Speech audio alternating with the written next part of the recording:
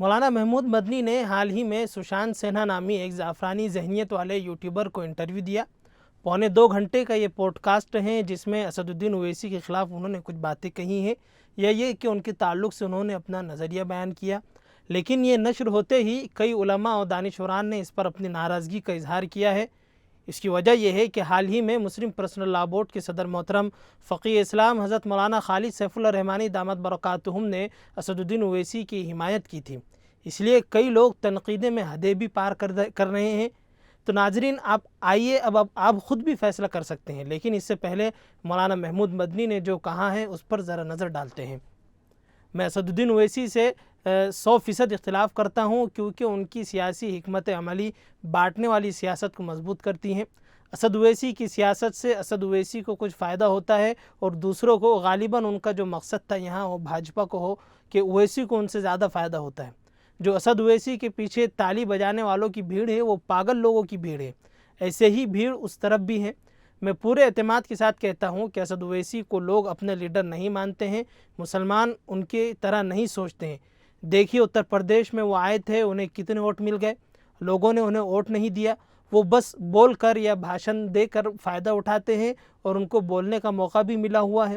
اسد اویسی بھی ابھی تلنگانہ کے انتخابات میں کھڑے ہوئے تھے، کتنے زور و شور سے کھڑے ہوئے تھے، لیکن کیا حیدرآباد کے علاوہ کہیں بھی وہ ووٹ حاصل کر سکے؟ ہم تو بہت پہلے سے اسد اویسی کو کہہ رہے ہیں کہ آپ وہیں یعنی کہ حیدرآباد میں ہی رہیے، لیکن وہ مانتے ہی نہیں ہیں، سنتے نہیں ہیں۔ اس بات کو سشانت سنہا نے کہا ہے کہ اسد اویسی کے بیانات بھڑکاؤ ہوتے ہیں، اس پر مولانا محمود مدنی صاحب نے تائید کی اور کہا کہ اسد اویسی کے بیانات نامناسب اور ناقابل برداشت ہوتے ہیں اور ہم مسلمانوں کو ان سے بچنے کے لیے کہتے ہیں۔ تو ناظرین، سب سے پہلے تو اس بات پر یعنی کہ یہاں ہمارے مبصرین جو ہیں جو اپنی رائے پیش کر رہے ہیں یا ان کے خلاف مضامین جو سوشل میڈیا پر گردش کر رہے ہیں وہ ہم آپ کے پیش نظر رکھ رہے ہیں۔ تو ان میں سے ایک ناقد لکھتے ہیں کہ سب سے پہلے تو مجھے اس بات پر ہی اختلاف ہے کہ مولانا محمود مدنی صاحب کو اتنے زیادہ نفرتی اور مسلم دشمن ریکارڈ رکھنے والے سشانت سنہا کے پروگرام میں جانا ہی نہیں چاہیے تھا۔ یہ اتنا ذلیل موذی بھکت جرنلسٹ ہے کہ اس کے برابر بیٹھنا ہی نہیں چاہیے۔ اسی طرح وہ نمبر 2 کا شمار لگاتے ہیں کہ سشانت نے اکبر اویسی کے 15 منٹ والے بیان کا الزام اسد اویسی پر لگا دیا، یہ کتنی غلط بات ہے۔ یہ بیان تو اکبر اویسی کا ہے، پھر اس کو اسد اویسی کے سر ڈالنے کا کیا جواز؟ مولانا کو اس غلط بات کی تردید کرنا چاہیے تھی۔ اسی طرح نمبر 3 کے شمار میں وہ لکھتے ہیں کہ محترم مولانا محمود مدنی صاحب کا کہنا ہے کہ اسد اویسی کی سیاست سے دوسروں کو فائدہ پہنچتا ہے، اس لیے انہیں حیدرآباد ہی تک محدود رہنا چاہیے۔ تو ناقد یہ کہتے ہیں کہ میرا سوال ہے کہ اب تو سنگھ پریوار اور بھاجپا ہمارے مسلمان ہونے کا بھی فائدہ اٹھانے لگے ہیں، تو کیا ہم اسلام چھوڑ دیں؟ جبکہ ہماری نظر میں مسئلے کی جڑ پر نگاہ ہونی چاہیے کہ بھاجپا مسلمانوں کا نام لے کر فائدہ کیسے اٹھاتی ہیں۔ تو یہ بات سامنے آتی ہے کہ وہ ہندوؤں کو مسلمانوں سے ڈراتی ہیں اور مسلمانوں کے نام پر بھڑکاتی ہے، تو اس کا نتیجہ جو یہ نکلا ہے کہ یہ تو بھاجپا اور RSS کے بہکاوے اور پروپیگنڈے کا شکار ہونے والے ہندوؤں کی بیوقوفی ہے، نہ کہ کسی کی اور بیوقوفی کے لیے اسد اویسی اپنا سیاسی کیریئر کیوں محدود کر دیں، جبکہ ہندوؤں کی یہ بیوقوفی مسلمانوں کی جان کے لیے خطرہ بن چکی ہے اور دوسری طرف مسلمانوں کی جان و مال اور عزت آبرو پر ہر دن حملے ہو رہے ہیں۔ اسی طرح وہ نمبر 4 کے شمار میں لکھتے ہیں کہ محمود مدنی صاحب نے فرمایا کہ اسد اویسی کے بیانات بھڑکاؤ اور ناقابل برداشت ہوتے ہیں۔ یہ بات ہمیں صحیح نہیں لگتی، کیونکہ ان کے بیانات سے آج تک کے کسی ایک فساد یا دنگے کی واردات رونما نہیں ہوئی ہیں۔ البتہ نریندر مودی، امیت شاہ اور یوگی آدتیہ ناتھ جیسے ہندوتوادی سیاست دانوں کی مسلم دشمن بھڑکاؤ بیانات کی وجہ سے کتنا کچھ مسلمانوں کے خلاف ہو چکا ہے، موب لنچنگ ہے اور اس طرح کی کئی وارداتیں ہیں۔ کہ سشانت سنہا مودی، یوگی اور شاہ کے بیانات کو بھڑکاؤ کہے گا، لیکن اویسی کے بیانات سے مسلمانوں میں اپنی سیاسی قوت اور سیاسی اتحاد کا شعور بیدار ہو رہا ہے، تو اسے آپ بھڑکاؤ بیان کہہ رہے ہیں۔ کیا مولانا صاحب مودی، یوگی اور امیت شاہ کو دنگے بھڑکانے والا کہیں گے، جو کہ حقیقت بھی ہے؟ اسد اویسی بھائی سے کچھ چیزوں میں یعنی کہ ناقد لکھتے ہیں کہ میری رائے میں مجھے ان سے کچھ اختلاف ہیں، لیکن میرا تجربہ اور مشاہدہ ہے کہ انہیں بھاجپا کا ایجنٹ سمجھنا یا بھاجپا کو فائدہ پہنچانے والا سمجھنا یہ غیر حقیقی اور الزام ہے۔ نیز اسد اویسی کی حد تک یہ الزام بالکل غلط ہے کہ ان کے بیانات بھڑکاؤ ہوتے ہیں۔ ہمارے علماء بار بار اسدالدین اویسی جیسے مسلم سیاستدانوں کی تردید کرتے ہیں، جبکہ آج کے دور میں ہر دن اس ضرورت کا احساس شدید تر ہوتا جاتا ہے کہ مسلمانوں کی اپنی سیاسی قوت اور سیاسی اتحاد ہندوتواد جمہوریت میں مسلمانوں کے مسائل کا واحد حل ہے، ورنہ وہ مارے جاتے رہیں گے اور ایسے ہی مارے جائیں گے، کوئی ان کی آواز بھی نہیں اٹھا سکے گا۔ پہلے بھی جمعیت علماء نے ہی مسلمانوں کو سیاست سے الگ کیا تھا اور یہ اعلان کیا تھا کہ جمعیت علماء کا سیاست سے کوئی لینا دینا نہیں، اور آج بھی جمعیت کی یہی پالیسی ہے کہ مسلمان بھارت میں علیحدہ سیاسی قوت نہ بنائے۔ جمعیت کی اس پالیسی کے پیچھے یقیناً ہو سکتا ہے کہ ان کے اپنے نظریات اور اندازے ہوں گے، لیکن تاریخ و نظریات اور اس ملک کے حالات کا ادنا سا طالب علم ہونے کی حیثیت سے ناقد لکھتے ہیں کہ میں کہہ سکتا ہوں کہ یہ پالیسی مسلمانوں کو فائدہ ہرگز نہیں پہنچاتی، بلکہ آج کل بڑے بڑے علماء بھی اس بات کی طرف توجہ دلا رہے ہیں اور اس کی دستاویزات بھی اس کی تعویذ کرتے ہیں۔ اس پالیسی نے مسلمانوں کو اب تک کے کوئی فائدہ نہیں پہنچایا ہے، بلکہ مسلمان سیاسی طور پر اپاہج ہو چکا ہے۔